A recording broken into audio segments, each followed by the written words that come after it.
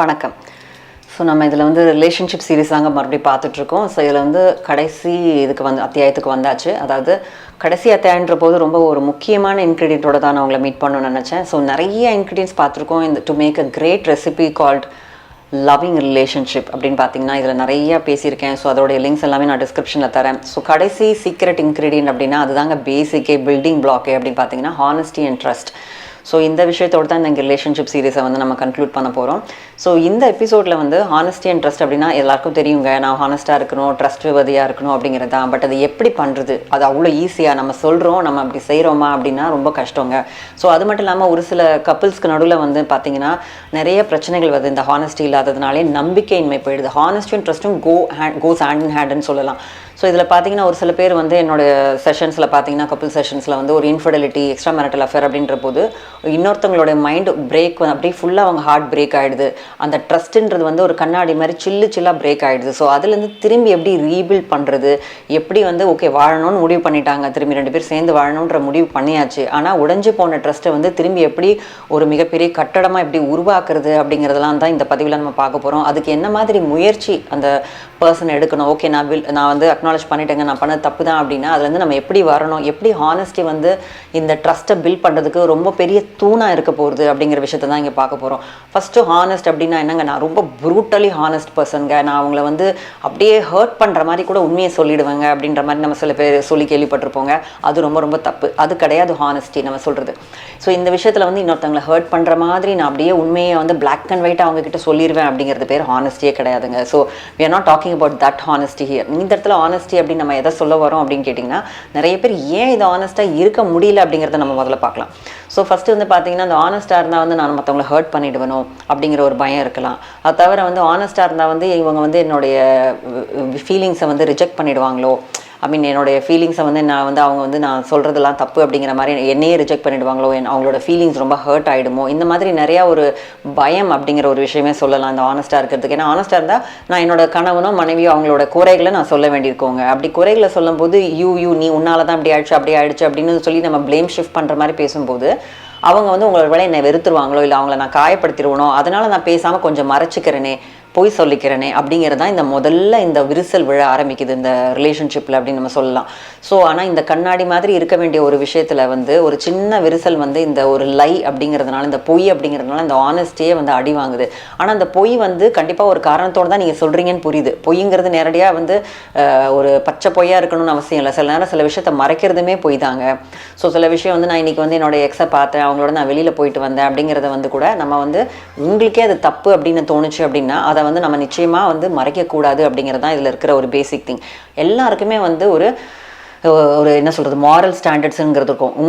என்னோட moral standards வந்து எஸ்ஆர்னோ அது வந்து கரெக்டு தப்புன்னு இருக்கிறது வந்து உங்களோட மாரல் ஸ்டாண்டர்ட்ஸில் வேறையாக கூட இருக்கலாம். அது அவங்களுடைய மாரல் ஸ்டாண்டர்ட்ஸை பொறுத்து தாங்க.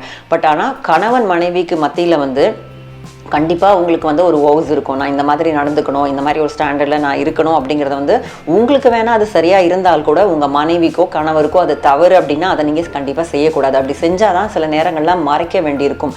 நீங்கள் ஒரு விஷயத்தை மறைக்க ஆரம்பிச்சிட்டாலே எங்கள் ஆனஸ்டி இல்லை அப்படிங்கிறதாங்க முக்கியம். ஸோ ஹானஸ்டி வந்து பில்ட் பண்ணால் தான் ட்ரஸ்ட்டை பில்ட் பண்ண முடியும். ஓப்பன் கம்யூனிகேஷன் இருக்கும். நிறைய பேர் வல்னரபிளாக ஆகிறதுக்கு ரெடியே இல்லைங்க.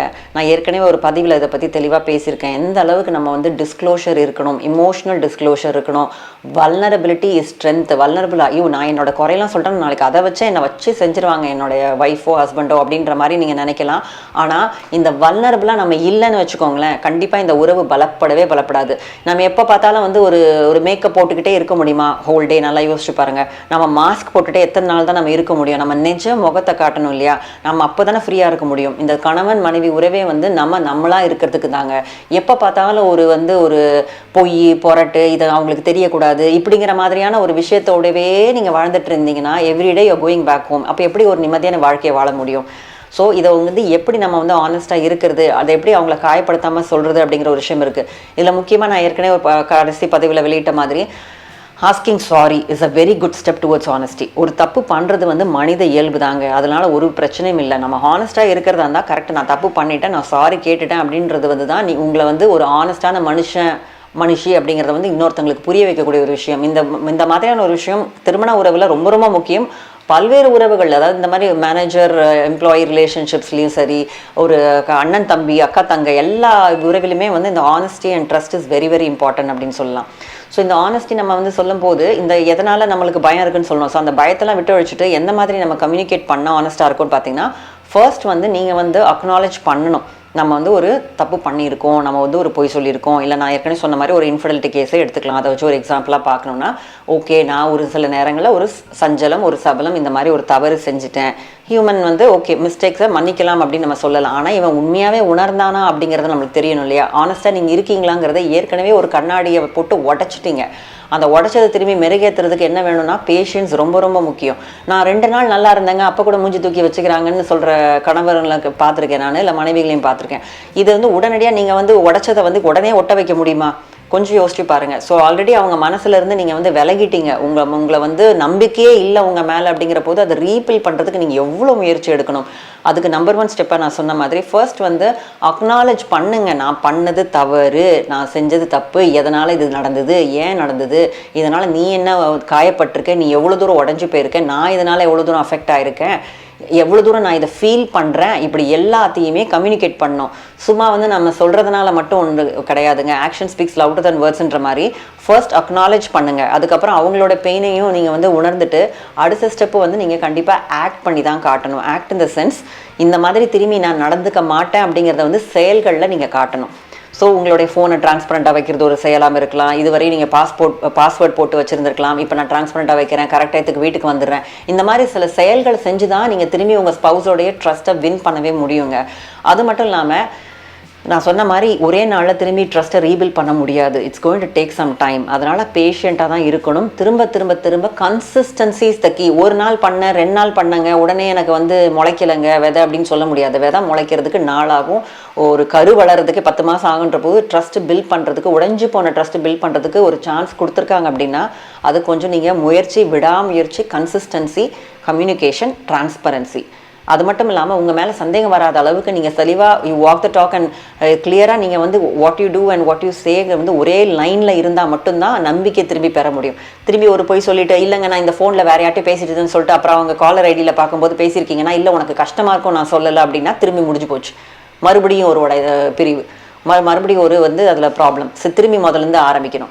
ஸோ நிறைய பேர் இதில் இன்னொன்று தப்பு பண்ணுவாங்களா, அவங்களை நான் காயப்படுத்திடக்கூடாதுன்னு சொல்லிட்டு அவங்களுக்காக நான் சில விஷயம் நடிக்கிறேங்க, அவங்க வந்து சட்னி செஞ்சது நல்லாவே இல்லை ஆனால் நல்லா இருக்குன்னு நான் சொல்கிறேங்க அப்படின்னா ஓகே, அதிலலாம் வந்து நீங்கள் ப்ரூட்டலி ஆனஸ்டாக அவன் சட்னி நல்லாவே இல்லை அப்படின்னு நம்ம போய் சொல்லணும்னு அவசியம் கிடையாது. There is a way to tell things. நீ பண்ணுறது நல்லா இல்லை, நீ இப்படி செஞ்சுட்ட அப்படிங்கிற மாதிரி யூன்னு நம்ம போடணும்னு அவசியம் இல்லை. How you feel about it, நீங்கள் எப்படி ஃபீல் பண்ணுறீங்க. ஸோ நீ எனக்கு வந்து அவ்வளோ ரெஸ்பான்ஸ் கொடுக்காதது என்னை காயப்படுத்துது, நான் வந்து ரொம்ப காயப்பட்டுட்டேன், நீ எனக்கு சரியாக பதில் கொடுக்காதனால, நீ சரியாக பதில் கொடுக்க மாட்டேங்கிற, நீ இப்படி இருக்க அப்படின்னு சொன்னால் தான் மற்றவங்க டிஃபென்சிவ் ஆகிடுவாங்க. ஸோ டிஃபென்சிவாக இல்லாமல் இருக்கணும் அப்படின்னா ஐ ஸ்டேட்மெண்ட்ஸ் யூஸ் பண்ணலாம். நான் வந்து எப்படி ஃபீல் பண்ணுறேன் இந்த மாதிரி நடந்துக்கிட்டதுனால அப்படிங்கிற மாதிரி பண்ணது, காது கொடுத்து விஷயத்தை கேட்குறது, இதெல்லாம் தான் உண்மையாக நீங்கள் மாறுறீங்க அப்படிங்கிற நம்பிக்கையை கொஞ்சம் கொஞ்சமாக துளிர்விட செய்யும் உங்கள் ஸ்பவுஸ் கிட்ட. ஸோ இந்த ட்ரஸ்ட் அப்படிங்கிறது வந்து பிரேக் ஆகிடுச்சுன்னா ரொம்ப கஷ்டன்றதுனால நிறைய பேர் வந்து ஓரளவுக்கு நம்ம வந்து கொஞ்சம் அவரை கஷ்டப்படுத்த வேணான்றதுக்காக பொய் சொல்லுவோம் அப்படின்னு இன்றைக்கி நீங்கள் சொல்கிற பொய் வந்து கண்டிப்பாக ரொம்ப நாளைக்கு பொய்யை வந்து மறைச்சி வைக்கவே முடியாது. என்றைக்குனாலும் வெளியில் வருங்க. வெளியில் வரும்போது சுத்தமாக உங்களை நம்ப மாட்டாங்க.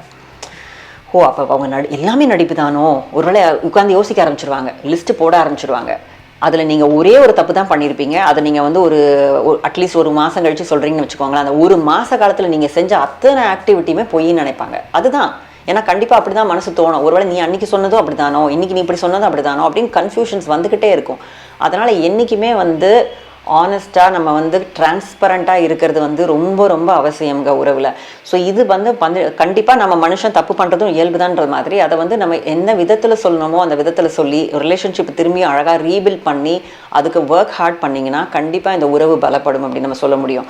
ஸோ இந்த ட்ரஸ்ட்டு வளர்கிறதுக்கு வந்து honesty is a basic thing. அதுக்காக இன்னொரு முக்கியமான இன்க்ரீடியன்ட் ஆல்ரெடி ஒரு வீடியோவில் பேசின மாதிரி பி வல்னரபிள். நிறைய விஷயத்த வந்து பகிர்ந்துக்கோங்க. அப்படி பகிர்ந்துக்கிட்டால் மட்டும்தான் அவங்க வந்து நீங்கள் உண்மையாகவே ஓப்பனாக இருக்கீங்கன்னு தெரியும். இல்லை நான் கண்டுபிடிச்சதுக்கப்புறம் நான் சொல்லிக்கிறேன், நான் உனக்கு அப்படி தான் பண்ணேன், ஆமாம் கண்டுபிடிச்சதுக்கப்புறம் சொல்கிறதுனால எந்த நம்பிக்கையும் வரப்போகிறது இல்லை. அவங்களுக்கு தெரியறதுக்கு முன்னாடியே இந்த விஷயத்த வந்து முன்னைக்கூட்டியே நீங்கள் போய் சொல்லிட்டா தான் ஓகே இவங்க ரொம்ப ஆனஸ்டான மனுஷனாக இருக்காங்க, நம்மக்கிட்ட சொல்லிட்டாங்க அப்படின்ற நம்பிக்கை கொஞ்சம் கொஞ்சமாக வர ஆரம்பிக்கும். இது வந்து நீங்கள் எத்தனை ஆக்ட் செஞ்சாலும் ஆகாதுங்க. உங்கள் ஆட்டிடியூடில், உங்கள் பிலீஃபில் உண்மையாகவே நம்ம செஞ்சது தப்பு தான், அது எவ்வளோ அவங்கள பாதிச்சிருக்குங்கிற உணர்வு மட்டும் நீங்கள் வந்து இல்லை எப்போ பார்த்தாலும் டிஃபென்சிவாக இருந்துட்டு இல்லை நான் அதனால் பண்ணிட்டேன் இதனால் பண்ணிட்டேன்னு அவங்க தப்பு பண்ணிவிட்டு அவங்க ஒய்ஃப் மேலேயோ இல்லை ஹஸ்பண்ட் மேலேயோ பழிய போடுறதுனால யாருமே திருந்த முடியாது. டிஃபென்சிவாக இல்லாமல் கம்ப்ளீட்டாக அக்கௌண்டபிலிட்டி ரெஸ்பான்சிபிலிட்டி எடுத்துகிட்டு கம் அவுட் க்ளீன் அப்படின்னா மட்டும்தான் இந்த ரிலேஷன்ஷிப்பை திரும்பி உடஞ்சி போன இந்த உறவை வந்து கொஞ்சம் கொஞ்சமாக துளிர்விட வைக்க முடியாதுன்னு கிடையாது. அதுக்கு முழு மனமாற்றம் யார் தப்பு பண்ணியிருக்காங்களோ அவங்கக்கிட்ட இருந்து தான் ஆரம்பிக்கணும். தப்பு தான் செய்யணும் இல்லை, ஆனஸ்டி அப்படிங்கிறது வந்து நம்ம என்ன செய்கிறோமோ அதை வந்து சொல்கிறோமோ அதை செய்யணும். அதே மாதிரி வந்து நம்மளுடைய வார்த்தைகள் வந்து நம்ம என்ன சொல்கிறதுக்கு அதே மாதிரி அவங்களுடைய செயல்பாடுகளும் இருக்கணும் அப்படிங்கிறது தான் இதில் முக்கியமான விஷயம். So being honest is not only like brutally ஆனஸ்ட்ன்றது மட்டும் கிடையாதுங்க. சில நேரம் ஒரு சின்ன ஒரு விஷயம் யாரையும் காயப்படுத்தாத விஷயம் சொல்கிறதுனால ஒன்றும் தவறு கிடையாது. சில நேரங்கள் வந்து சொல்லாமல் இருக்கிறது தவறு கிடையாது. பட் இந்த பதிவில் நான் முக்கியமாக சொல்ல வர்றதுக்கு காரணம் என்னென்னா, உங்களுக்கு தவறு அப்படின்னு நீங்கள் நினைக்கிறீங்க, இல்லை உங்களோட மனைவியோ கணவனுக்கோ இது பிடிக்காதுன்னு நினச்சிங்கன்னா அந்த ஆக்டிவிட்டி செய்யாதீங்க. சில நேரங்கள் அந்த தவறு செஞ்சாலும் be honest with your spouse. அது ஒன்று தான் உங்களுடைய ரிலேஷன்ஷிப்பில் வந்து ட்ரஸ்ட்டை பில்ட் பண்ண முடியும் அப்படிங்கிற சொல்லிக்கிறேன்.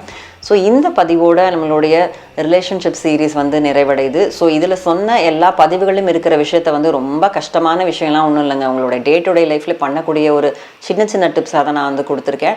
ஸோ இதை கண்டிப்பாக ஃபாலோ பண்ணிங்கன்னா, ஏன்னா இன்றைக்கி திருமண உறவுங்கிறது வந்து ரொம்ப பெரிய சவாலாகவே ஆகிட்டுருக்கு. இன்றைக்கி டிவோர்ஸ் கேசஸ் நிறையா ஆகிட்டுருக்கு, பிரிவுகள் நிறைய நடந்துக்கிட்டு இருக்கு, செப்பரேஷன் ஆகிட்டுருக்கு இஃப் நாட் டிவோர்ஸ். ஸோ இந்த மாதிரி உறவுகள் வந்து ரொம்ப முக்கியம் அப்படிங்கிறத புரிஞ்சுக்கிட்டு இதில் இருக்கிற சீரீஸில் இருக்கிற முக்கியமான விஷயங்களை வந்து நீங்கள் ஃபாலோ பண்ணிங்கன்னா கண்டிப்பாக அவங்க ரிலேஷன்ஷிப் வந்து பெஸ்ட்டாக இருக்குங்கிறத நம்ம வந்து சொல்ல முடியும்.